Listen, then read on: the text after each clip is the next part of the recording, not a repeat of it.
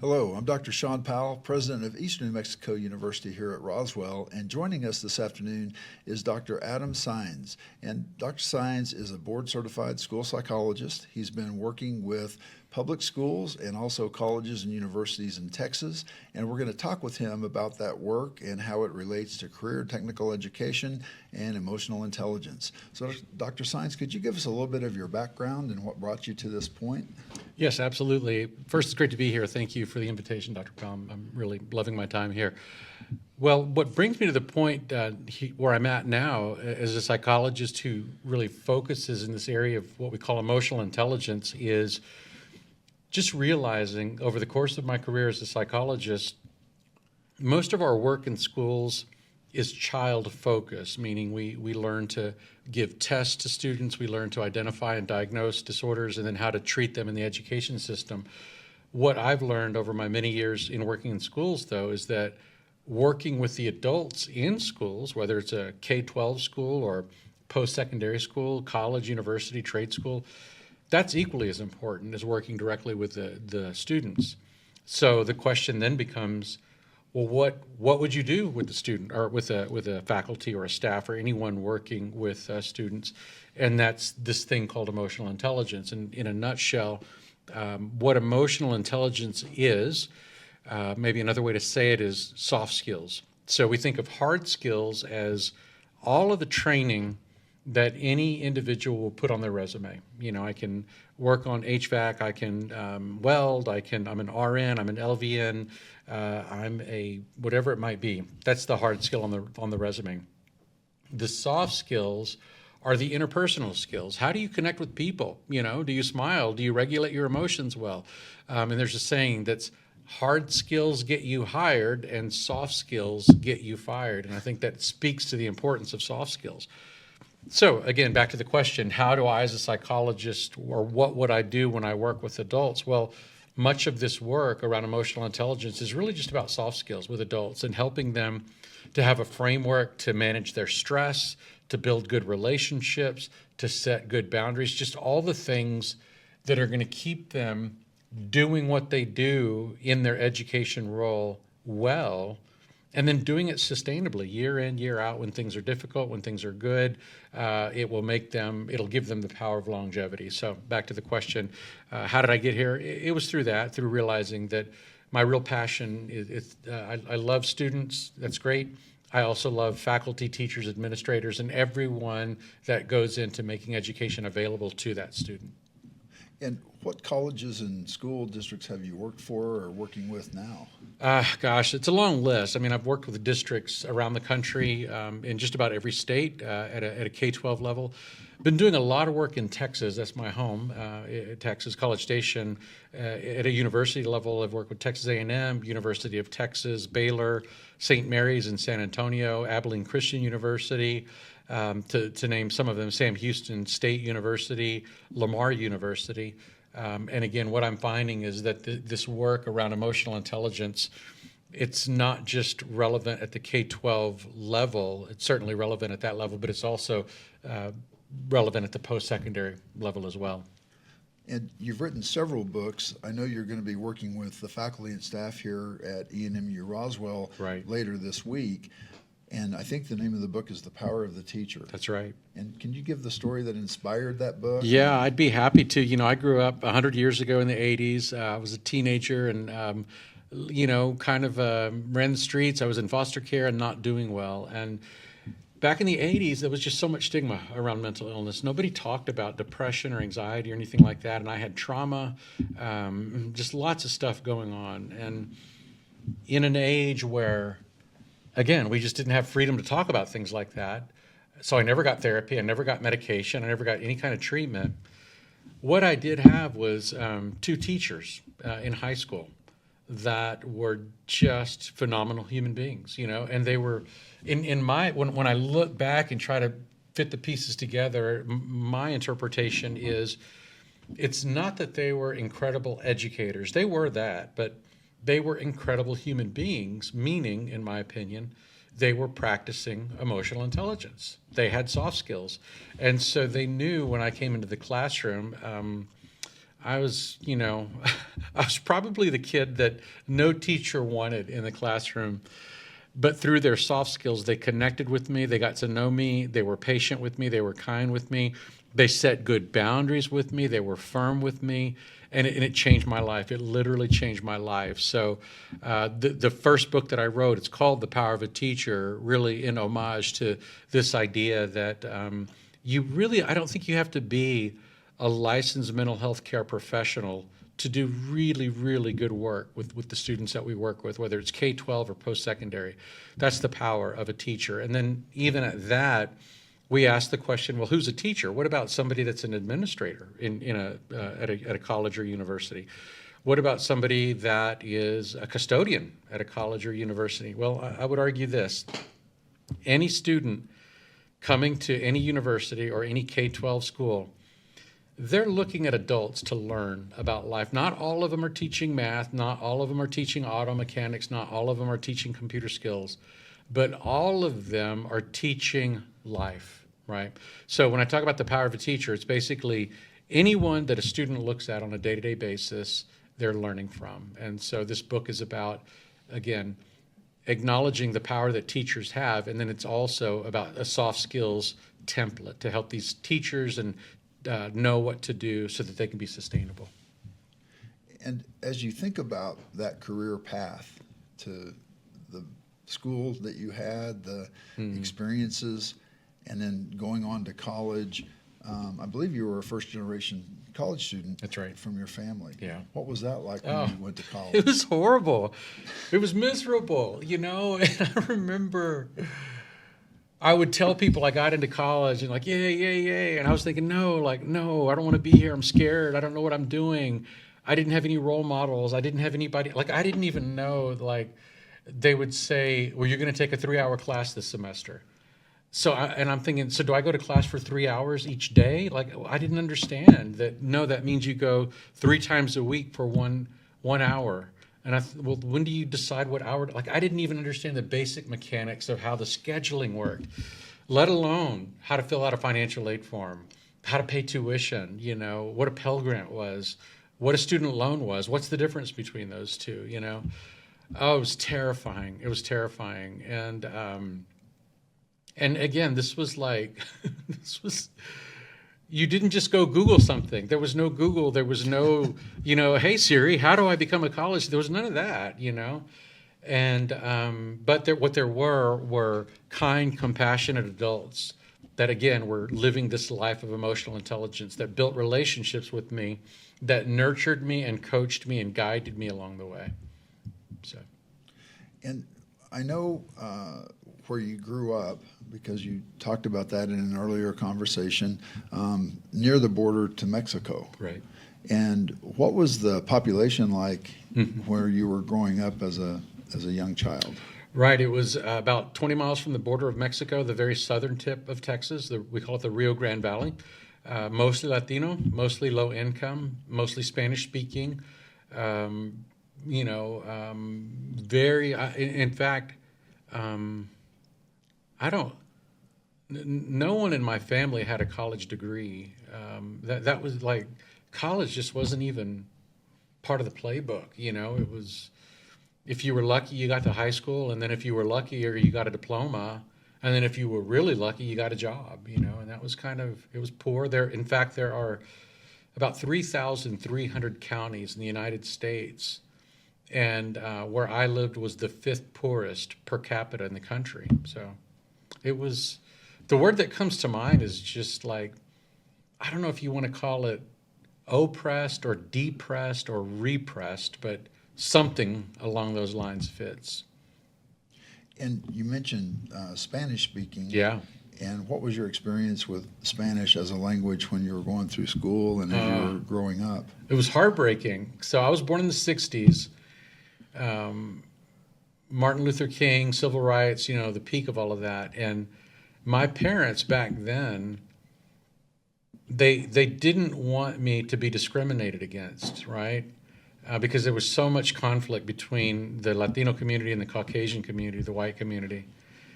And so they're thinking, and they were just making the best decision they knew how, but well, maybe maybe if we teach our kids not to speak Spanish and we teach them to speak English, and if we can try to teach them to speak English without an accent so they don't sound Hispanic, maybe they'll have a better shot. So we never learned Spanish. We heard it all the time, but we could never speak it. I would hear my mom speaking Spanish over the phone, but I couldn't speak it to her, and she wouldn't speak it to me. And we heard it at school, but in fact, at school even, it wasn't just my parents. If we spoke Spanish at school, we got sent to the office and we got paddled. Like we got corporal punishment just for speaking Spanish. And eventually I took Spanish in high school. I ended up in foster care and lived in a small town outside of Houston, and took Spanish and learned Spanish. And I think I knew it intuitively because I had heard it so much growing up. But I eventually learned Spanish, and I'm bilingual now. And what's healing for me is that having grown up in an age where we were corporally beaten for speaking Spanish, my kids, they're young adults now, but they all went to what we call a dual language program. So they got half a day of instruction in Spanish and half a day in English, and they were encouraged to speak Spanish, and it was celebrated. So tremendous healing for me in that, and I'm just delighted that we have moved as far as we can. And when I tell people that we were corporally punished for speaking Spanish, people don't believe that. They're like, wait, are you talking about the 1800s? Like, no, in my lifetime, that was a reality. So it was difficult. There's a lot of pain for me associated with that. But you were able to take those classes as a high school student, and then you were able to recover some of those skills maybe you had earlier on, and that's been beneficial to you through your adult life. It really has been. In fact, when I got my PhD at Texas A&M, my tuition was subsidized under what's called a doctoral training grant. So because there's such a lack of bilingual psychologists in schools, the faculty at A&M wrote a grant to the Department of Education that was funded, and it wasn't about your race. It wasn't about being Latino or Latina. It was about, are you bilingual? And if you were bilingual and you could demonstrate fluency, then we were on this grant that paid for our tuition. And the deal was that we agreed to work in schools to pay back sort of that. And that was great, to be able to go to college and get a PhD and embrace my language and learn to do an evaluation in Spanish and bilingual assessment and working with Spanish-speaking students and parents. And it was wonderful. Changing topics just a little bit, we had talked a little bit about career and technical education. Yeah. And we had visited earlier about the importance of career and tech ed in terms of a person's overall development in life. Right. What are your thoughts regarding health science and technical education programming? I love it. I really do. And so just to be perfectly honest, when in my days back in the 80s, career and vocational tech ed, that was sort of like, well, go take a shop class, right? And it was typically considered something like, well, do that if you can't do anything else, but you really want to go to college. That's where the money is, And I bought that hook, line, and sinker. I mean, that was instilled in me, like, you got to get an education. You got to get an education. I obviously took that to the nth degree and got a PhD. But here's what's so interesting about like the things that you've mentioned, like medical and career, and you think about like welding and nursing and HVAC and all those trades that are represented. Siri is never going to take those jobs. AI is never going to come fix my radiator. AI is never going to be able to work on my HVAC. AI is never going to be able to take my blood pressure. You need a trained live human being in person to do that. And so there's this idea that those fields are not going to be readily replaced by artificial intelligence. B, there is not only are those jobs, there's some security, but they pay well, and you're not talking about like a minimum wage job. You're talking about strong, solid salaries that you can get without spending $80,000 on a 4-year traditional degree. You go for, anything from a 5-week to a 2-year training program. You're out of the gate. The job is waiting for you, and you're making $60,000-$70,000. Like, goodness gracious, man! It's like it's hard to beat that. And I think as a basic approach to education, the career tech ed, whether it's in health sciences or technical education programming, here at Eastern New Mexico University Roswell, we have various health science programs. We have the medical assisting, we have registered nursing, we have the certified nurse assistant program. We also have the respiratory therapy, the occupational therapy assistant, and then we have the EMS program that goes from EMT basic to paramedic. And that's on the health science side. And then on the technical education side, we have welding, automotive, aviation maintenance. We have the HVAC work. And then we also have the CDL training that's on our workforce development. And I just think if people can pick up one of those skills early on, then they can build from there. Yeah. It doesn't have to be the end of the education, but it can definitely be a start and then something to fall back on if they want to pursue other opportunities. Oh, absolutely. And I would even argue that not just as it's not just a great early career launch, right? Because it's going to launch you into a great salary and income with great potential for the future. But, we were touring the campus and you were showing me the facilities and the training. And I was even thinking, like, I'm an empty nester now. Man, I would love to go back and learn auto mechanics. That was always like a pipe dream I had, but I didn't want to tell anybody because, like, oh, no, I'm supposed to get a 4-year degree.